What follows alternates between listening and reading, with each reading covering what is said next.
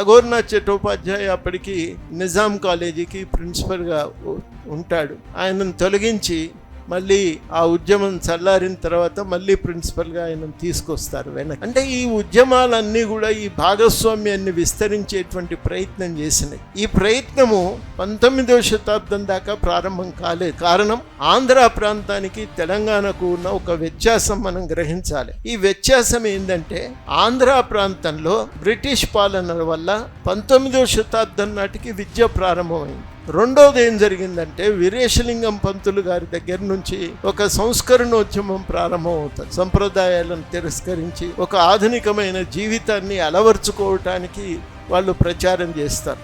కందుకూరి వీరేశలింగం రాసిన నవల రాజశేఖర చరిత్రం. అందులో ఆయన చెప్పిందంతా ఏంది, పెద్ద కథ ఏం కాదు అది. వాస్తవానికి విలాసాలకు పోయి సంప్రదాయాల పేరుతో ఆగమైపోయిన కుటుంబాన్ని చూపిస్తాడు.